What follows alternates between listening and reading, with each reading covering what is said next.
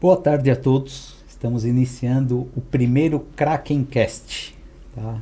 Esse é um podcast que nós vamos entrevistar pessoas renomadas no mercado, pessoas com grande bagagem, com grande experiência, tá? Trazendo assuntos diversos. Tá? Então nós vamos falar de direito, vamos falar de negócios, vamos falar de franquias, vamos entrevistar franqueados, franqueadores, ex-franqueados, vamos conversar com pessoas que tiveram startup, tá? E hoje, como primeiro programa, eu tive a honra de receber um grande amigo aqui, Dr. Vital Barbosa. Doutor, muito obrigado aí por ter aceito o convite para participar. O primeiro sempre é aquele que marca muito a gente. Com certeza. Né? E eu pensei muito e veio muito você na cabeça.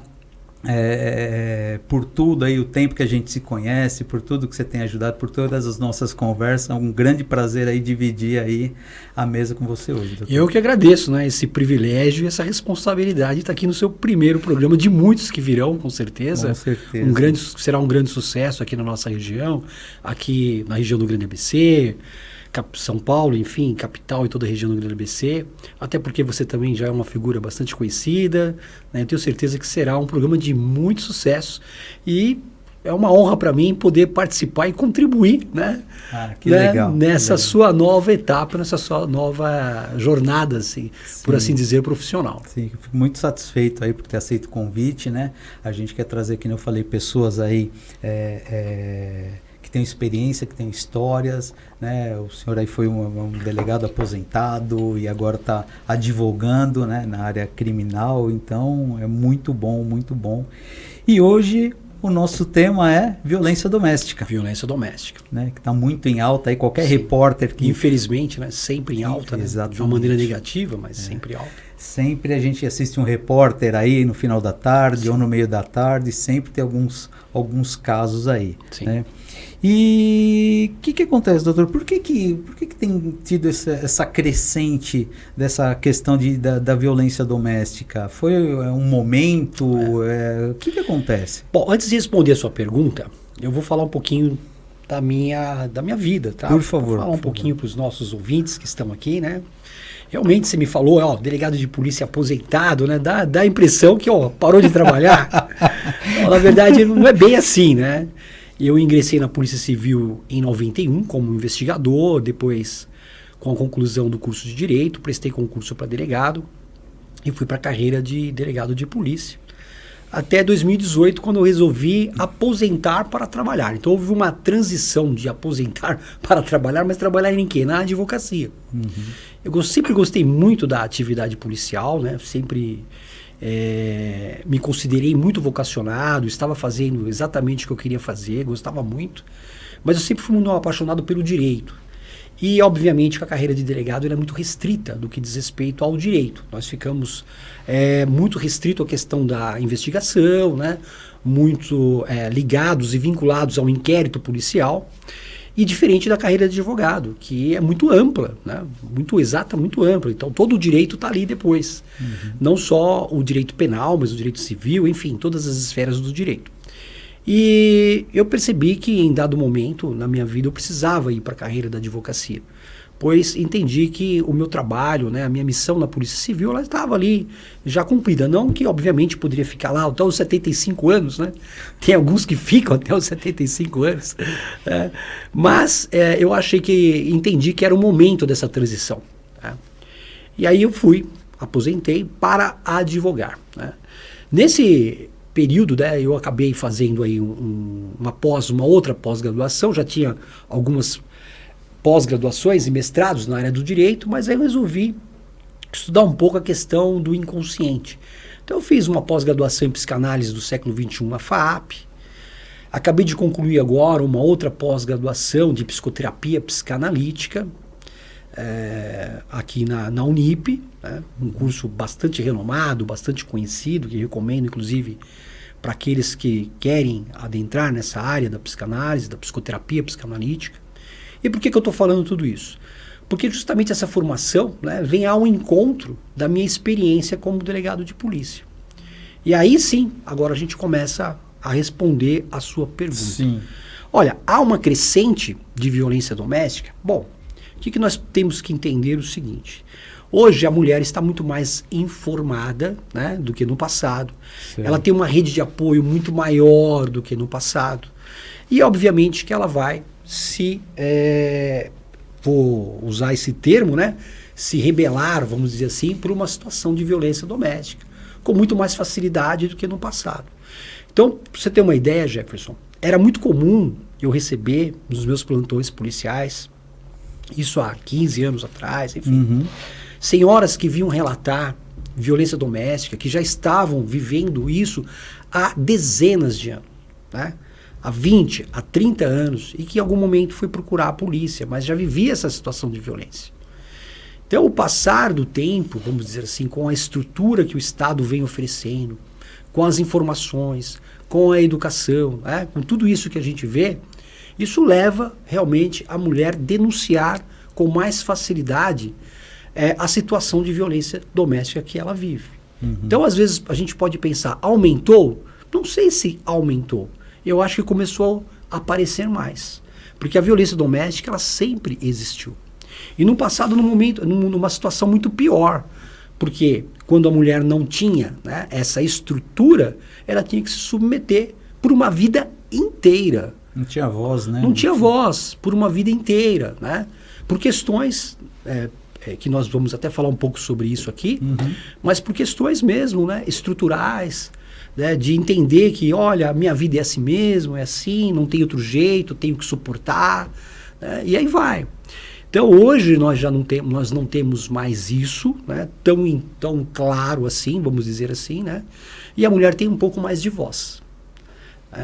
Hoje nós temos várias delegacias das mulheres espalhadas aí pelo Brasil inteiro, vamos dizer assim. Tem locais que nós vamos entender que o acesso é mais difícil, porque o nosso país é um país continental, mas de uma maneira geral, né, nós temos pelo menos uma delegacia da mulher em cada município, uma que possa responder por alguns municípios próximos, né? Esse é o mínimo, né? Nós temos uma consciência maior das autoridades públicas nesse aspecto. Criaram inicialmente as delegacias especializadas. Hoje nós temos as varas especializadas, tudo por força da lei. Né? E isso tudo é um começo, né, na verdade. Porque nós estamos falando aqui ainda da questão da repressão, né? Da questão da proteção da mulher pela Lei Maria da Penha e da repressão. E isso são as questões que aparecem de uma maneira objetiva, ou seja, a mulher sofre uma violência, procura uma delegacia e tem todo o amparato ali. Mas tem as questões subjetivas, as questões internas, né, que leva esse relacionamento doentio, né, nesse sentido, e isso as pessoas não falam muito. Eu vi, primeiramente, pessoal, ele falou, eu só vou frisar aqui uma parte. Isso faz um tempinho, eu não lembro agora quantos anos faz, mas faz bastante tempo. Eu fiz a central de concursos ali em Santo André, para prestar para concurso. E aí depois, quando eu conheci o Vital, ele falou, pô, passei para investigador, depois passei para delegado, falou, pô, você está pegando minhas cotas, né, de passar em concurso. Passou em 2, não passei em nenhum. Fui professor também. Aí, fui professor da central. Eu falei, pô, mas eu não... muito bom aquele tempo. Alguma coisa eu vou te falar, viu? Professor. Mas, mais uma vez, parabéns, né, uma carreira brilhante. E assim, doutor, que eu vejo às vezes, que o senhor falou, agora está tornando público essas situações. Vem mais informações, né? Vem mais informações à tona. Uma entrevista, a mídia a mídia ela acaba tendo um papel, né?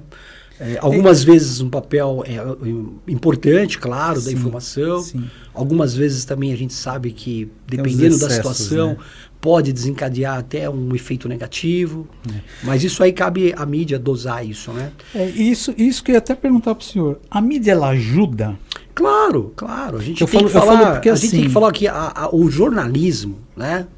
O jornalismo, ele é essencial. Né? A informação é essencial. O bom jornalismo, aquele que nós entendemos como bom jornalismo, ele é essencial, inclusive até essencial para a manutenção da própria democracia de um povo. Né? Então você tem o direito de saber, o cidadão tem o direito de saber, de ter notícias. E obviamente o jornalismo, quando é feito com responsabilidade, né? Quando tem, tirando as características ideológicas, enfim.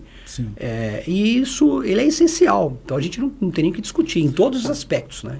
E principalmente na questão da violência doméstica, porque acaba também ajudando e incentivando, vamos dizer assim, muitas mulheres, ou então parentes dessas mulheres, enfim, pessoas que estão próximas, né? A auxiliar essas mulheres que estão sob uma violência doméstica. E é importante frisar, viu, Jefferson, que a violência doméstica, dificilmente ela vai começar com um tapa, né? Quando você fala em violência, você já imagina, opa, um tapa. Não. Ela se inicia muito antes, né? Ela se inicia justamente através de um controle, né? De um domínio, de um desrespeito. E aí são sinais que devem ser identificados, né? Numa relação que vai desencadear uma violência doméstica. É aquela história, né? Chega num momento, depois que fez alguma agressão, é difícil a volta, ela só progride, né? Exatamente. Que seja uma agressão física, que seja uma agressão verbal, né? Sim. A tendência é progredir. Eu estava até vendo outro dia uma pessoa que ela falava o seguinte, você tem até a questão da pessoa continuar no relacionamento por questão econômica. Sim, então ela está apanhando, ela está sendo humilhada, mas ela não larga. O que leva uma mulher a permanecer num relacionamento? São vários fatores, né? Mas um deles, fator financeiro, né? Ela se sente culpada por uma questão, né? Ele faz ela se sentir culpada. Então, medo até de não ser aceita na sociedade por alguma questão. A questão dos filhos. Muitas vezes a mulher, até por esse instinto de mãe, né? Proteger os filhos de uma situação, enfim, vexatória, ou de uma situação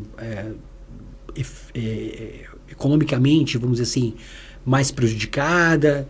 Então ela quer dar o melhor amparo para os filhos, e muitas vezes ela se submete a isso.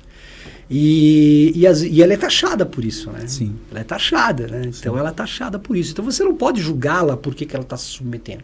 Isso nós estamos falando de questões externas, fora as questões internas. O que essa mulher viveu, né? Qual foi a família na qual ela foi criada? Como foi isso? Como era o pai dessa mulher? Né? Como era o ambiente ao qual ela vivia? Então, isso também reflete. E no agressor também, viu, Jefferson? O agressor é a mesma coisa. Qual o ambiente que ele veio? Qual a situação? Nós não estamos aqui buscando justificativas, não é isso.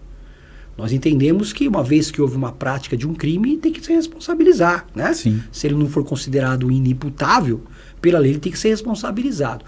Mas hoje, esse fenômeno social de violência doméstica, ele não pode ser tratado só pelo ponto de vista da repressão, né?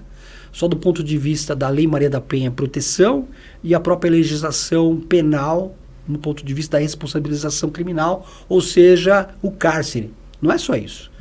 Nós temos que trabalhar e ter uma visão muito mais além do que isso, para que a gente possa realmente conseguir uma conscientização, né, e minimizar essas práticas delituosas que nós estamos vendo que a Lei Maria da Penha hoje, ela não consegue ter a eficácia dela. Olha só, nós tivemos aí uma evolução, né? Lei Maria da Penha. Depois nós tivemos, dentro da violência doméstica, hoje nós podemos falar em violência física, nós podemos falar em violência psicológica, violência patrimonial, violência moral, né? São todos os tipos de violência que a mulher sofre, tá lá. Então há uma evolução nesse entendimento. Sim, claro. Você tem uma lei mais dura, né? Hoje nós temos o feminicídio, onde a mulher que é vítima, né, de homicídio por circunstâncias de gênero, né, envolvendo a violência doméstica, a pena do agressor é maior. A própria legislação da Lei Maria da Penha, ela acaba coibindo, né, alguns benefícios do Código de Processo Penal numa situação, por exemplo, de um crime comum. Então vamos aqui entender.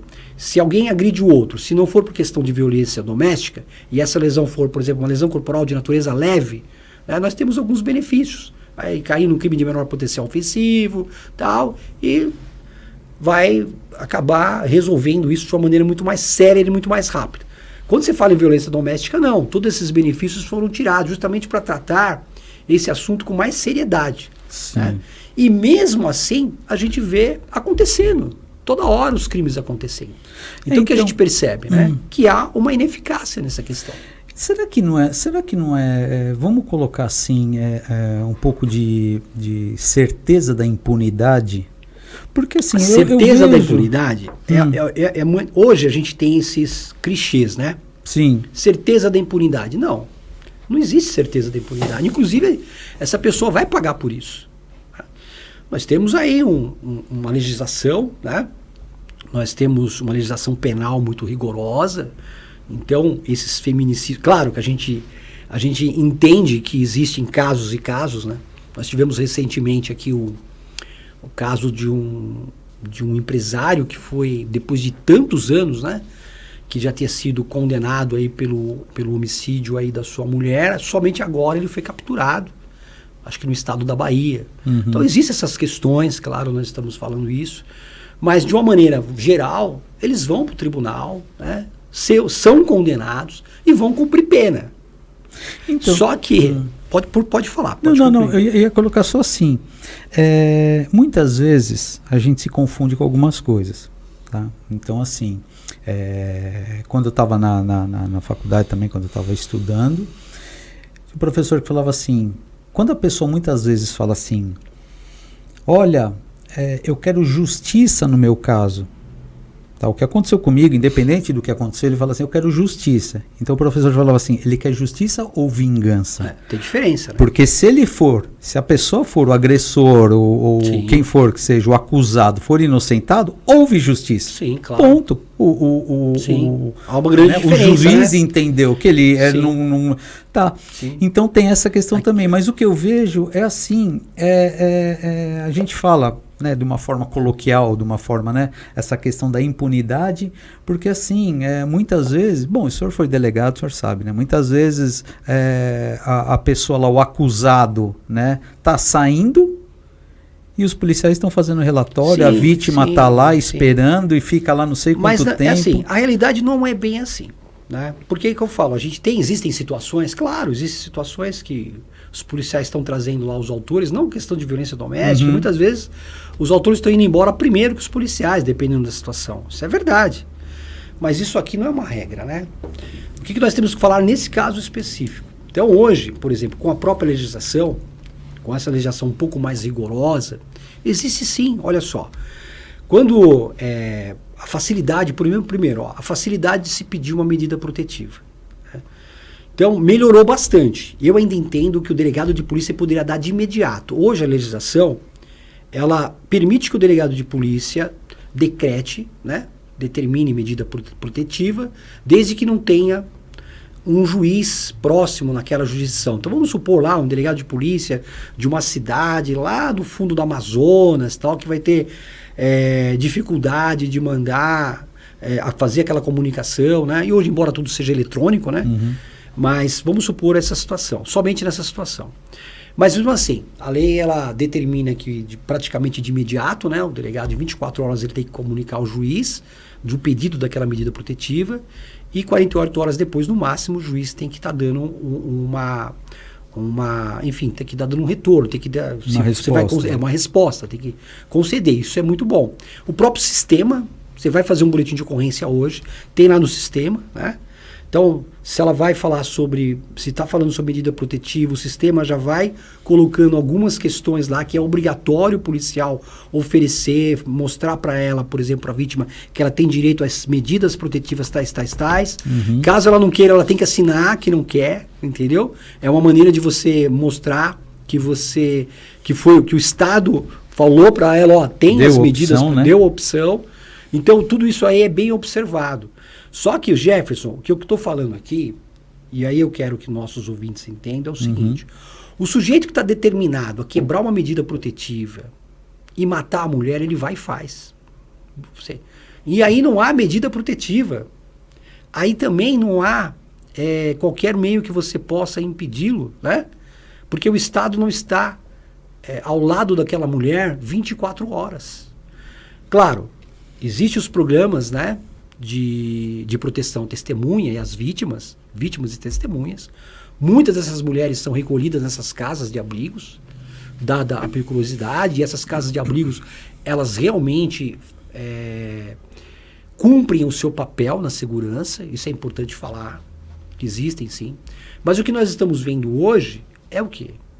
Que em casos, que muitas vezes a mulher... Tem casos aí, por exemplo, de que já estão separados há anos. Não é que acabou de separar. Há anos. Estava separado há 2, 3 anos, mas ele nunca aceitou o relacionamento. Aí, num dado momento, foi lá e matou a mulher.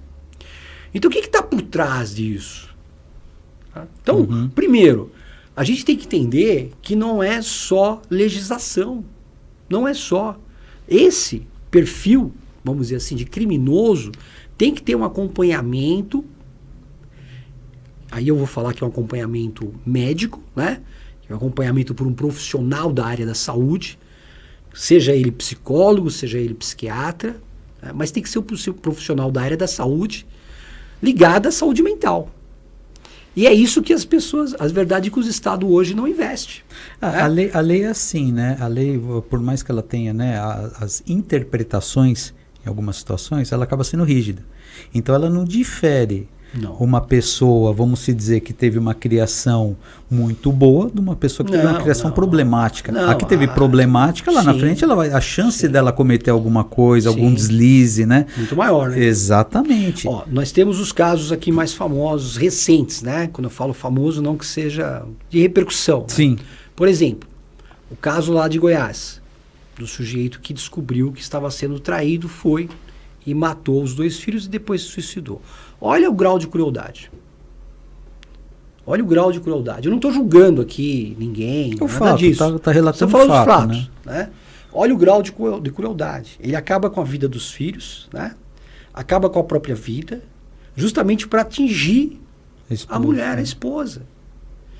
Então isso nós estamos falando de um cidadão tido como cidadão comum, né? Não um delinquente, não alguém do crime. Então, talvez alguém do crime talvez não tivesse esse nível, vamos dizer assim, de crueldade para isso. Então, o que nós temos que entender? A sociedade está menos tolerante, tem menos empatia, está mais doente. Aí nós temos uma questão do machismo estrutural, que contribui para isso. Não é um fator determinante, contribui. Né? E o Estado tem que ter esse olhar para o interior dessas pessoas. Né? E esse olhar só é feito através de profissional da área da saúde mental. Como você vai avaliar se o sujeito, por exemplo, há 20 anos atrás, quando eu estava lá na delegacia, que não tinha a Lei Maria da Penha ainda, então nós tínhamos uma determinada situação. A mulher chegava lá reclamando que o marido apanhou, você chamava lá o marido, geralmente o álcool está envolvido nessa história, né? Ela fazia lá um boletim de ocorrência e tal, a gente segurava ele na delegacia até os efeitos da bebida passar. Ficava ali, né? Dava um boldinho para ele, né? Boldinho, ficava ali sentado. E no finalzinho, antes de ir embora, né, o plantão acabando, 8 horas da manhã, você chamava, dava aquele sermão, ele, sim senhor, doutor, tal, e você mandava embora. E não acontecia nada. Não tinha, né? Assim, depois de um tempo para cá, não tem como você soltar um cidadão e achar que ele vai para casa e pode ser que ele mate a mulher. Exato. Então, muitas vezes, o que acontecia? Eu mesmo autuava em flagrante por crime de ameaça, segurava ele lá preso mesmo, legalmente falando, e depois, na audiência de custódia, né, antes da audiência de custódia, enfim, depois o juiz ia decidir se ia soltá-lo ou não. Tá? Mas eu cumpria o meu papel de segurá-lo ali, porque não dá para você confiar no ser humano mais. Não dá para você falar, não, ele não vai acontecer isso, não vai. Eu não estou querendo aqui causar nenhum pânico, nem dizer que todo mundo é capaz de matar alguém. Não é isso. Mas o que nós estamos vendo hoje é que a saúde mental, vamos dizer assim, né, ela está prejudicada bastante. Né? Então, e as pessoas têm que ver isso, o Estado tem que enxergar isso. Então, numa delegacia da mulher hoje, não tem lá um psicólogo, né, ou um psicólogo do Estado lá. Não tem. Existem alguns, às vezes, alguns convênios, né? Alguém prestando, enfim, algum trabalho voluntário, alguns convênios com prefeitura, pode ter lá um assistente social, mas eu estou falando de psicólogo, estou falando de profissional preparado para isso, que de preferência tenha lá uma especialização nessa área. Por quê? Porque esse casal, vamos dizer assim, precisa de um tratamento imediato, independente suporte, né, das medidas judiciais legais, né? E nesse tratamento que a gente está falando, pode ser que o psicólogo detecte, e aí é a ideia, né, da periculosidade do agente. Ela pode falar, não, realmente ele é perigoso, realmente ela tem aqui chances, vamos dizer assim, de perder a vida por conta desse ou o contrário, né? Sim. Ou de repente num tratamento ali, o profissional da área da saúde consiga ter uma evolução com esse agressor, que é um paciente, né? Não deixa de ser um paciente. Tem uma situação, eu vou até te perguntar, é um pouco polêmico, tá? Mas eu já adianto que acredito, pelo pouco que a gente pesquisa no Brasil, jamais funcionar se fosse implantada, que seria a pena de morte, tá? E por que eu falo pena de morte? Eu acredito que quando o cara vai cometer a ação ali, ele para e pensa, opa, peraí, se me pegarem, eu estou enrolado. Ó, essa sua teoria é boa, mas ela vai cair por terra exatamente pelo que eu vou te falar agora. O cidadão de Goiás lá, ele estava preocupado em morrer? Matou os filhos e se matou também. O que a gente tem que pensar? Você quer ver uma coisa? Quer ver uma coisa, Vital? Foi até, não precisa nem ir muito longe em Goiás. O que aconteceu aqui no Golden? Sim, no Golden claro, Square. Claro.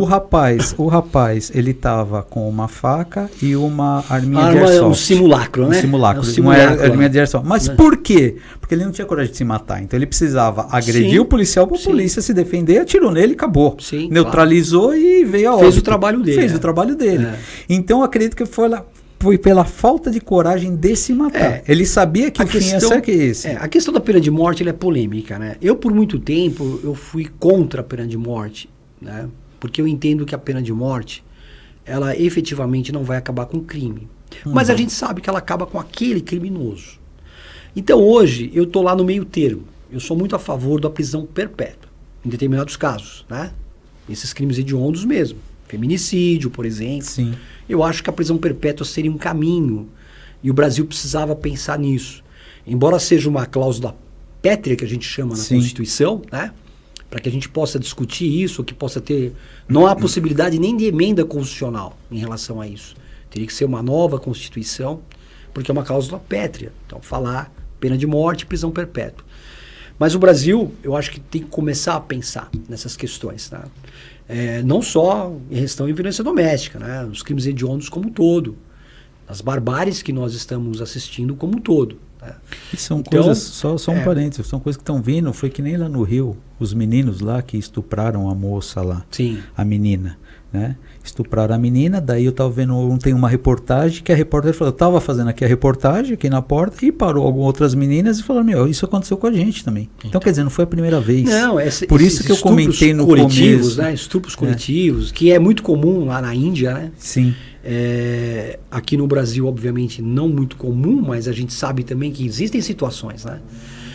Situações, por exemplo, de meninas, de jovens nos bailes funks, às vezes ali, porque as danças são sensuais, elas acabam ali tendo relações com vários meninos ao mesmo tempo e depois acabam engravidando e não sabem nem quem é o pai. Né? Então são todas as questões que envolvem isso. São questões sociais que envolvem. E a violência doméstica está nesse contexto também. É uma questão social. Né? E é uma questão, obviamente, que depende muito da mulher, né? Mas depende principalmente, sabe o que eu falo? Principalmente hoje, né, de ações do Estado, como um todo. As pessoas falam em questão de educação, né? Mas, claro, educação ajuda muito também. E educação tem que vir de berço, né? Sim. Em casa e nas escolas. Eu acho que falar sobre isso nas escolas, eu acho que é importante também. Até porque você já começa a quebrar algumas culturas. Falei da questão do machismo estrutural, porque a gente vive numa sociedade assim, né? Não só o homem, mas a própria mulher também acaba sendo acaba sendo machista muitas vezes, né? E naquele sentido de que, essa aqui é uma tarefa feminina, então a mulher tem que fazer, é isso. Muitas vezes dentro de casa a própria mãe diz que a filha tem que fazer alguma coisa e poupa o filho de alguma coisa. Então são questões ali. Só que isso não é motivo para que ele se transforme depois no agressor. Não é um motivo. Né? Mas são pequenas coisas, sabe? São pinceladas que você tem que tá dando. Estimular cada vez mais o respeito pela mulher. Eu acho que isso é importante. Desde criança, estimular o respeito pela mulher como um todo. Pelo ser humano, né? A gente está falando aqui da mulher, mas pelo ser humano. Você tem que estimular o respeito. As pessoas estão perdendo o respeito, né? Então a gente começar, de repente a gente até perde um pouco o foco, mas você vê, hoje qualquer briga de trânsito aí pode virar morte. Então isso que é isso? É desrespeito pelo ser humano. Muitas vezes as pessoas estão lá se desentendendo por besteira, por uma fila de supermercado, numa fila de banco. A gente volta e meia vê nos Instagrams da vida aí as pessoas se pegando por questões, vamos dizer assim, totalmente banais, né?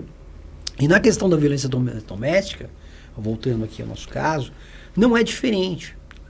Então tem aquele que a gente chama de aquele ciclo, né, emocional, onde primeiro ele vai trabalhar numa tensão, causa aquele terror psicológico na mulher, terror psicológico, aquele agressor que muitas vezes oprime, não deixa ela usar uma roupa um pouco mais sensual, não deixa ela usar maquiagem, né? Não deixa ela com o aparelho de celular, fica toda hora ali fazendo a vigília.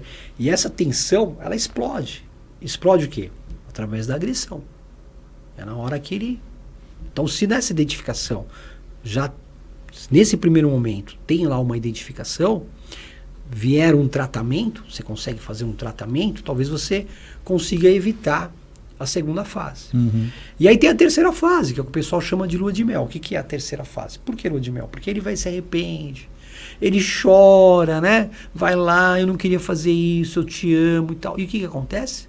Muitas vezes a mulher cai nessa historinha. Volta, perdoa por muitas coisas, né?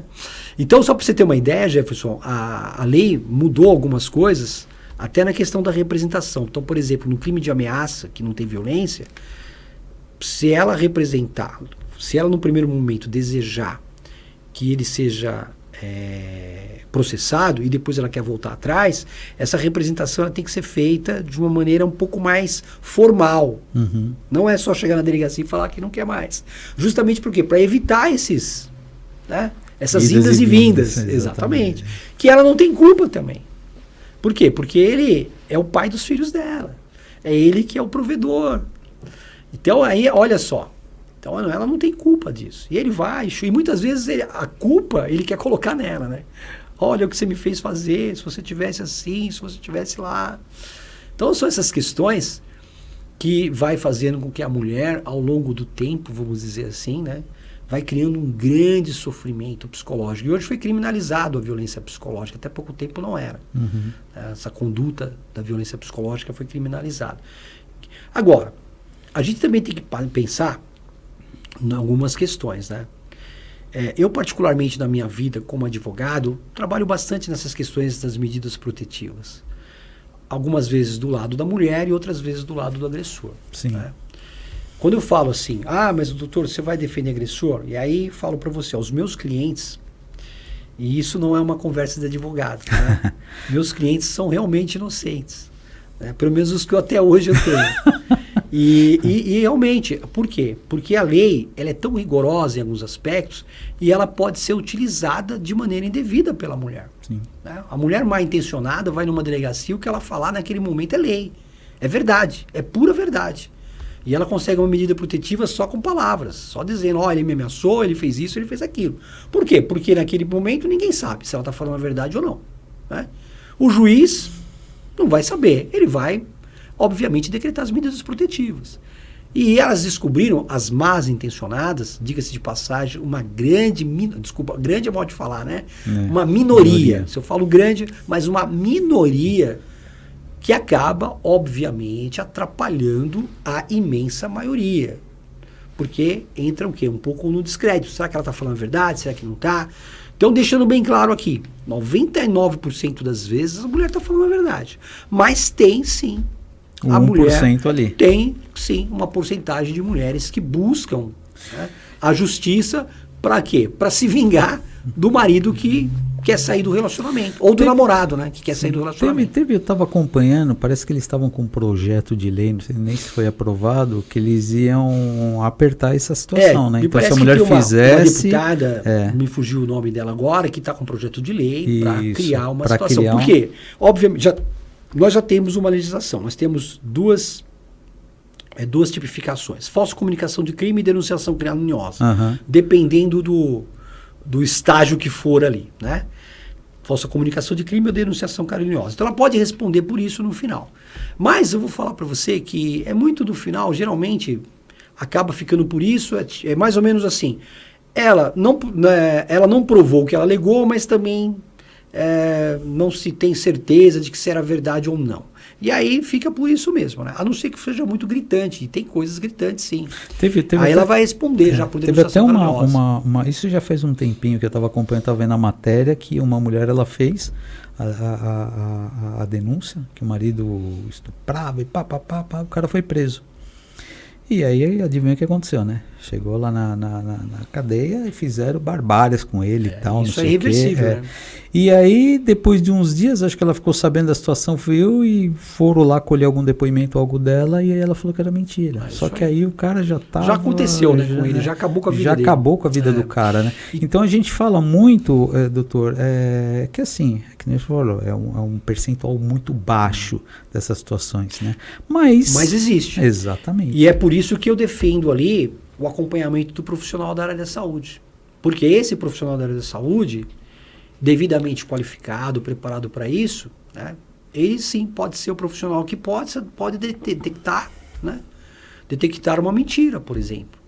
Não talvez no primeiro momento, mas depois de algumas entrevistas, de algum trabalho, né, técnico ali, científico, né, trabalho técnico-científico, ele pode detectar que aquela mulher pode estar mentindo. E é por isso que a gente defende essa questão da obrigatoriedade, né, do trabalho do profissional da área da saúde, todos esses casos de violência doméstica. Você falou uma questão aí. Por exemplo, a mulher, apesar de ser casada, vamos dizer assim, ela não é obrigada a ter relação sexual com o homem. Exatamente. E muitos homens não entendem isso, né?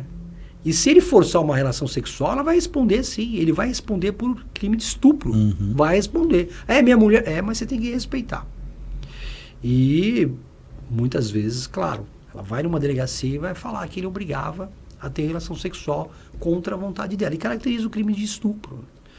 E os homens pensam que não. Né? Não, minha mulher... Não existe, sou casado. Exatamente. O que nós temos que entender que matrimônio não é um contrato de propriedade, né? Você não está adquirindo. Embora você vê que historicamente, né, o pai leva a filha para o noivo no altar, né? Essa comunicação de, olha, eu, pai, homem, agora estou dando minha filha para você, que é para você cuidar, né? Agora estava nos cuidados de um homem, passa para cuidados de outro homem.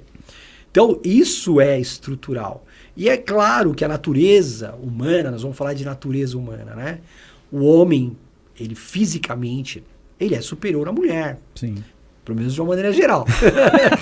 Ou deveria ser. Ou deveria ser, né? Ou deveria ser. Então, lógico, por uma questão de sobrevivência, ele tem que estar lá para proteger a mulher e o clã dele, proteger a família dele. O homem que ia para a guerra, o homem que ia caçar, o homem que, enfim, e a mulher cuidando dos filhos. O provedor, né? Provedor. Então, você tem ali uma questão, vamos dizer assim, genética, né? De você ser o cara. Mas, claro, com essa evolução, hoje a mulher também trabalhando bastante, muitas vezes trabalhando e cuidando da família ali, ela também acaba assumindo um pouco esse papel. Um pouco não, bastante, né, esse papel. Então você tem um homem ali já dividindo essas tarefas, né, com a mulher. Mas a natureza não perde, né?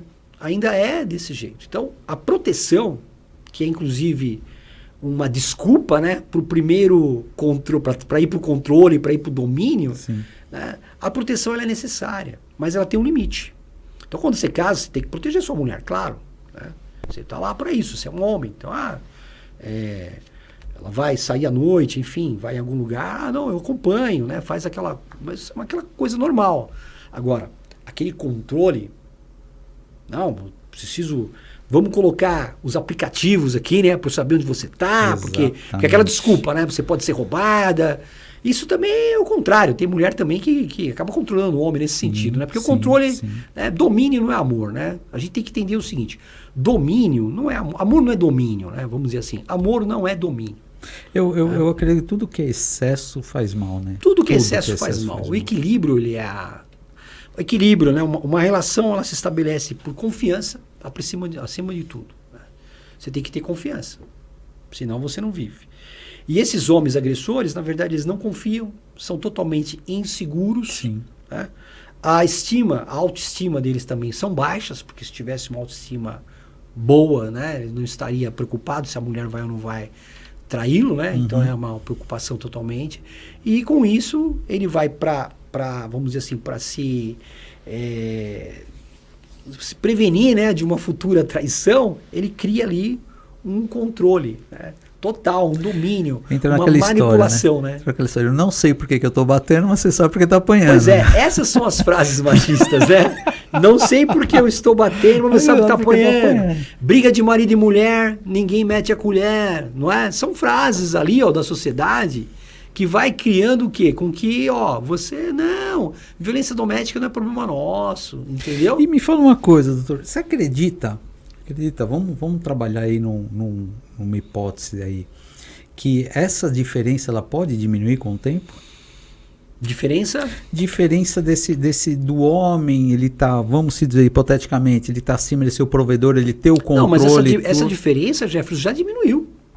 Não é que pode diminuir, já diminuiu, claro. Eu falo porque assim, não, já diminuiu. É difícil a gente ver, é difícil, você tem muita base, né, pelo que você vê. Sim. É fato. Então você vê hoje, que nem nós falamos no começo, vários casos. Apesar de eu ter visto uma matéria uma vez, né, número de homens que morrem para o número de mulheres que morrem, parece que 90% são homens, né? Mulher é 10%. Só que assim, a mulher geralmente mata por envenenamento, né?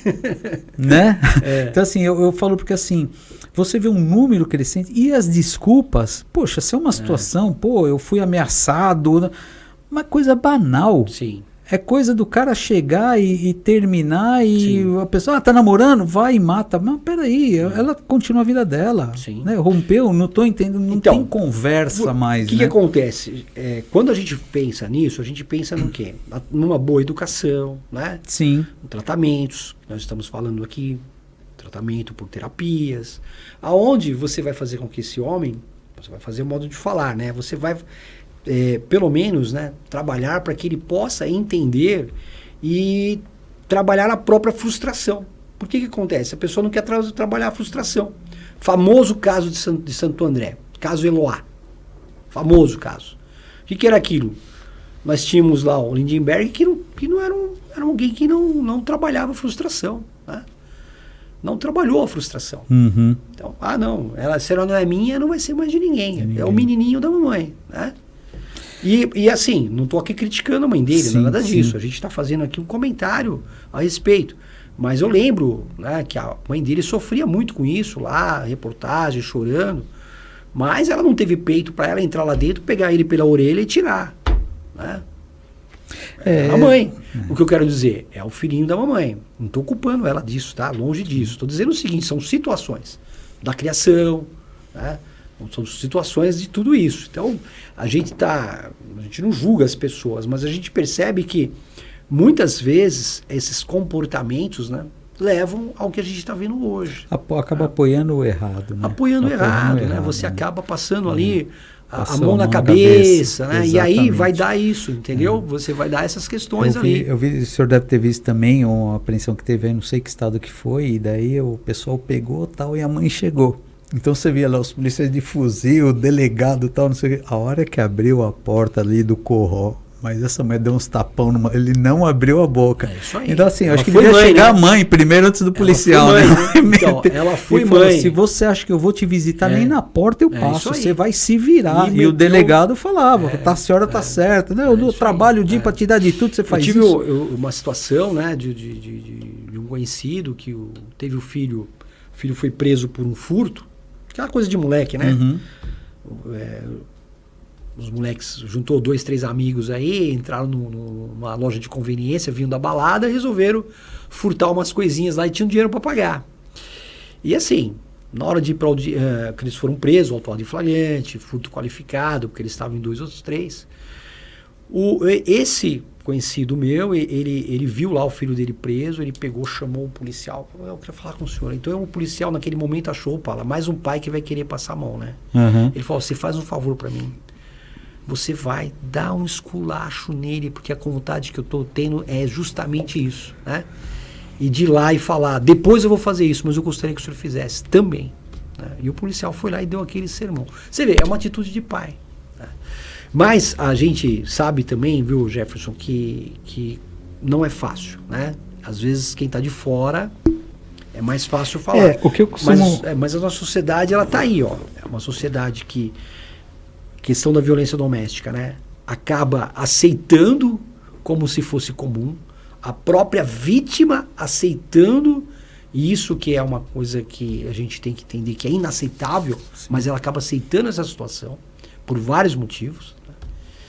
E que levam, né, ao final aí, talvez um final mais trágico ou não, né? Ou não no sentido de que se ela se submete, tá bom. Né? Vai ficar nisso o resto da vida. Vai ficar nisso o resto da vida. Escravizada, né? Essa questão, só que nós falamos aí, só uma situação que apareceu. Será que esses delitos aí, vamos classificar assim, de menor poder aí, né, que seria de um jovens, que nem o senhor falou, será que não é algo assim que, poxa, aquela adrenalina, o negócio está muito bom, não é preciso fazer alguma coisa para... O jovem, o adolescente, né, ele tem 2 aspectos, né, quando ele está nessa idade. Ou ele é rebelde, né, uhum. ou ele fica reflexivo, né, questiona. Então, ou ele tem uma certa... rebeldia, né, por algumas coisas, tal, então ele vai lá do contra, isso faz parte. Ou então ele é aquele adolescente reflexivo, que vai se questionar por muitas coisas. Então são momentos da adolescência, que todo mundo passou por isso.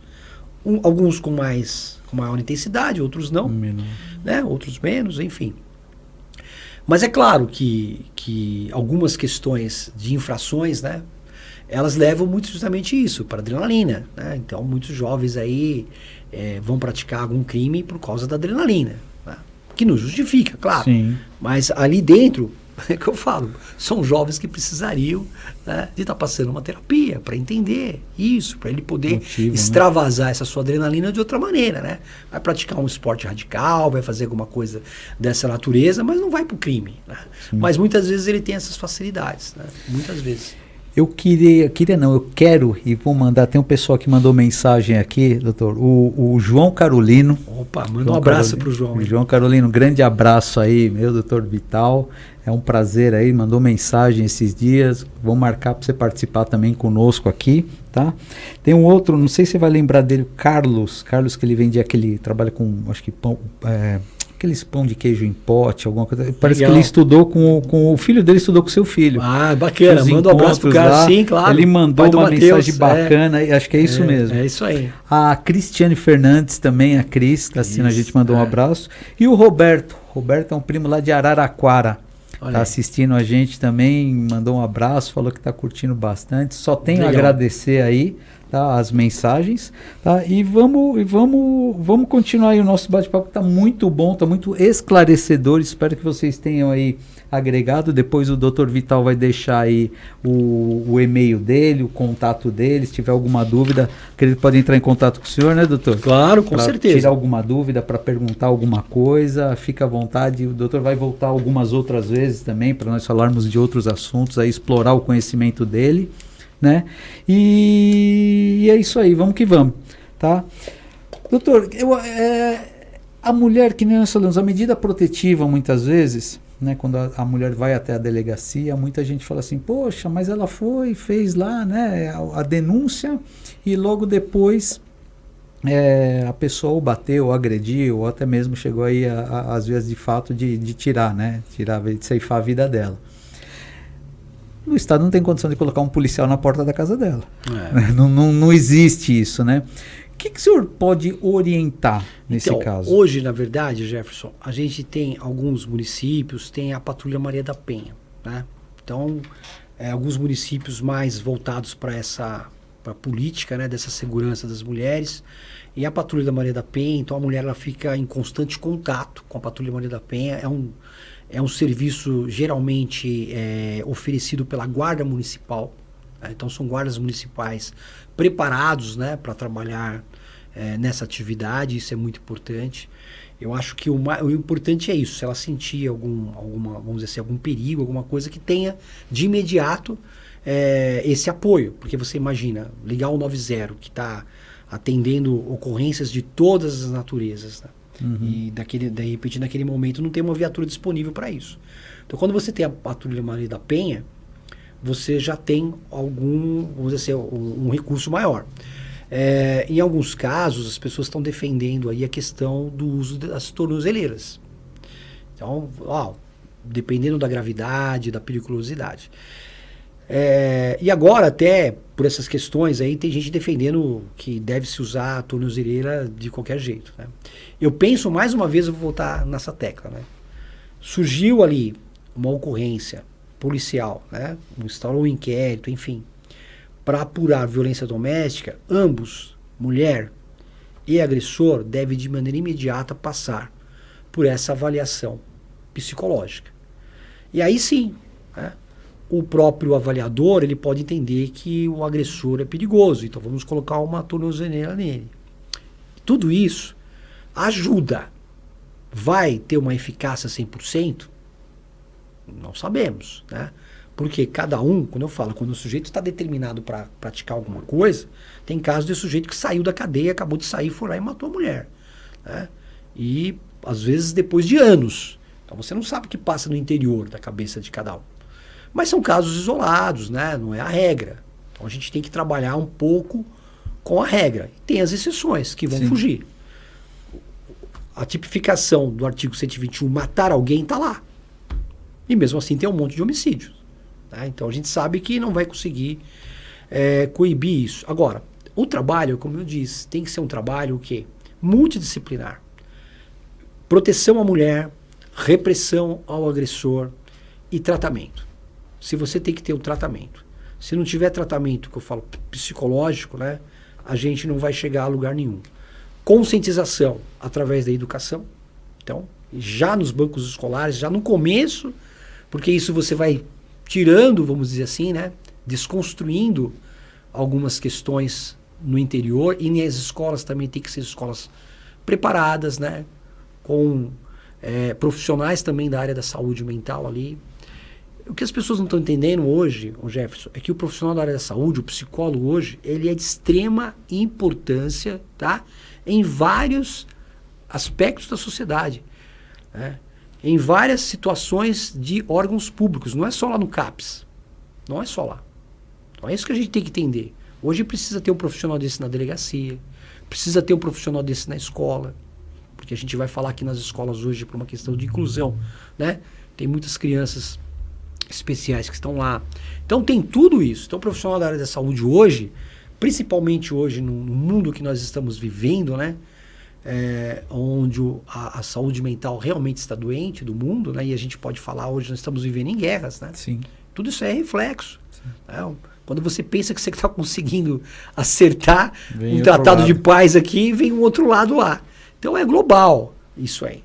Então são essas questões. Para que você e a parte da saúde mental, assim, o profissional ele vai identificar. Claro. Né, para um tratamento, né?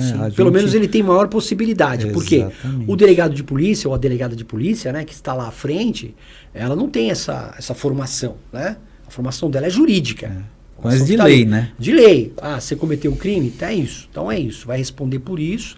Né? Você quer medida protetiva? Então é isso. Claro, tem um acolhimento especial, né? Muitas delegacias estão se preparando para ter um atendimento especial. Você imagina, quando não tinha delegacia da mulher, a mulher tem que ir lá, tem que narrar várias questões. Para um homem, não é fácil. Né? Então, falar de um homem para um homem, como isso pode ser recebido? Uhum. Então, tudo isso hoje está melhorando. Né? Então, você tem equipe de mulheres, uma delegada mulher, necessariamente titular de uma delegacia de mulher tem que ser uma delegada. Você tem outros profissionais, escrivãs e polícias mulheres, né?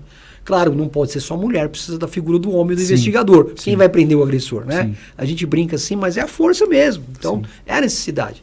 A Polícia Militar também hoje, muito mais assim preparada, com um grupo de policiais também femininos assim, bem mais preparados para essa questão. Então, são todos esses aspectos que vai fazer com que a gente consiga, vamos dizer assim, diminuir essas incidências.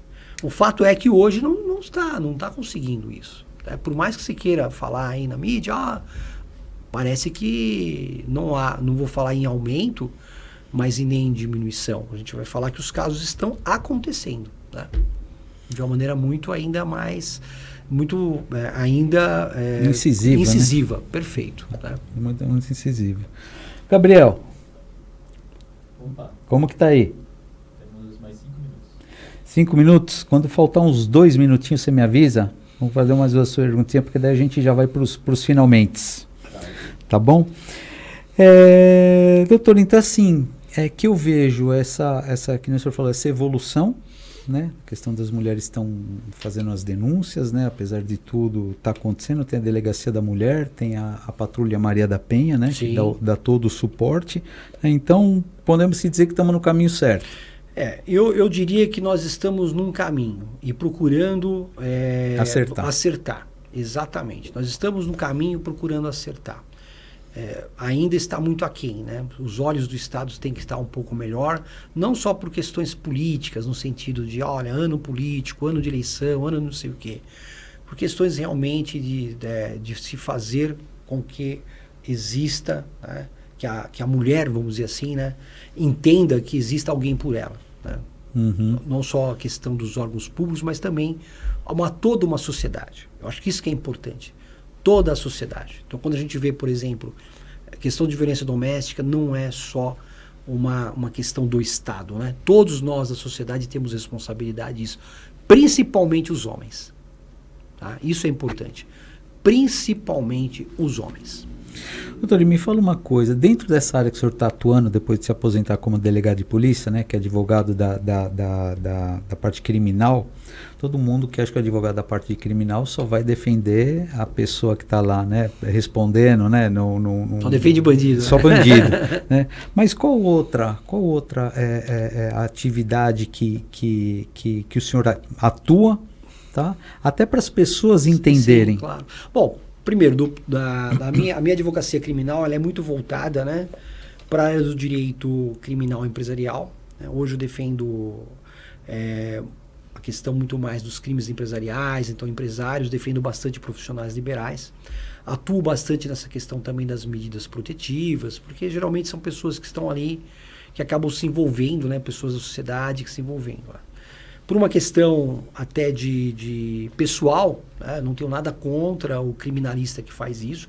Aliás, o criminalista tem que defender, eu penso, qualquer cliente, enfim, independente. Mas por uma questão pessoal, como eu vim de uma carreira policial, fui delegado de polícia há muito tempo, eu não atuo, né, em crimes contra o patrimônio, por exemplo, não atuo defendendo roubo, não atuo defendendo tráfico. Claro, pode ter algumas exceções, você avaliando a situação, né?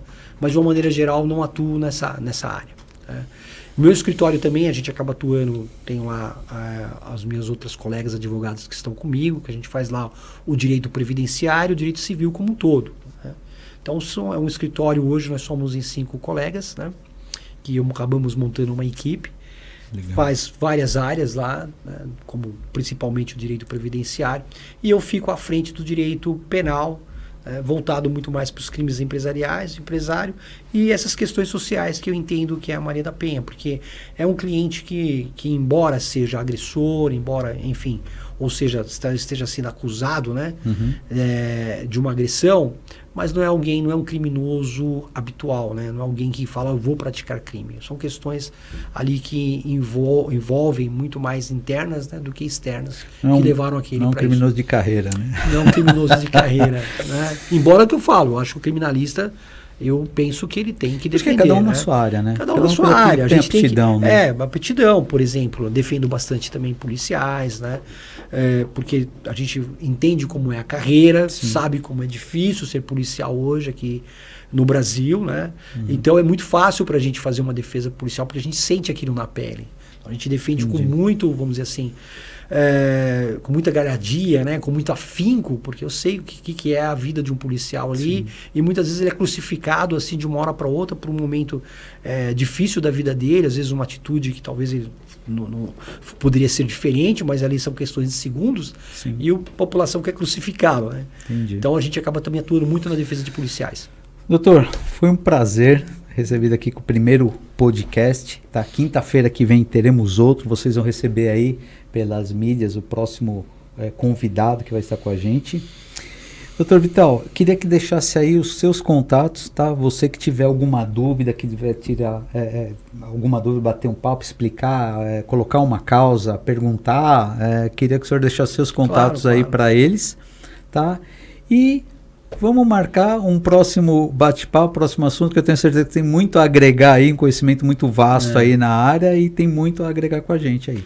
Olha, bom, pode me acompanhar no meu Instagram lá, né, Dr. Vital ADV, ADV Penal, né? Eu acho que seria legal se vocês pudessem seria me acompanhar. O quê? Como que é o nome? É Dr. Vital Barbosa? Não, Dr. Vital ADV Penal, né? Dr. Vital ADV Penal. Isso. Tá no Instagram. No Instagram, eu acho que é legal acompanhar. Lá tem o meu contato, tem tudo telefone, lá. Então a gente está também fico à disposição para as dúvidas, enfim. Isso. Conversar sobre o direito sempre é muito bacana, né? Eu acho que é muito legal. Sim. Como também tem essa vertente hoje da psicoterapia psicanalítica, eu acho muito legal também tratar de alguns assuntos dessa natureza.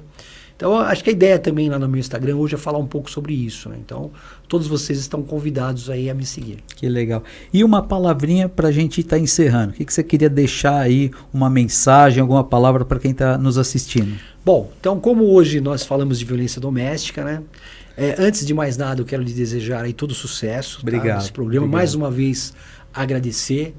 E a palavra final é para você, mulher aí que está nos ouvindo, ou você que sabe de alguém, não silencie, né? Não permaneça no silêncio. Não entenda que isso seja uma coisa normal. Busque ajuda. Isso é importante. Obrigado. Pessoal, a todos, muito obrigado. A satisfação estar aqui, tá? E nosso próximo encontro é quinta-feira que vem, às 16 horas. Bom, grande abraço. Muito obrigado, hein?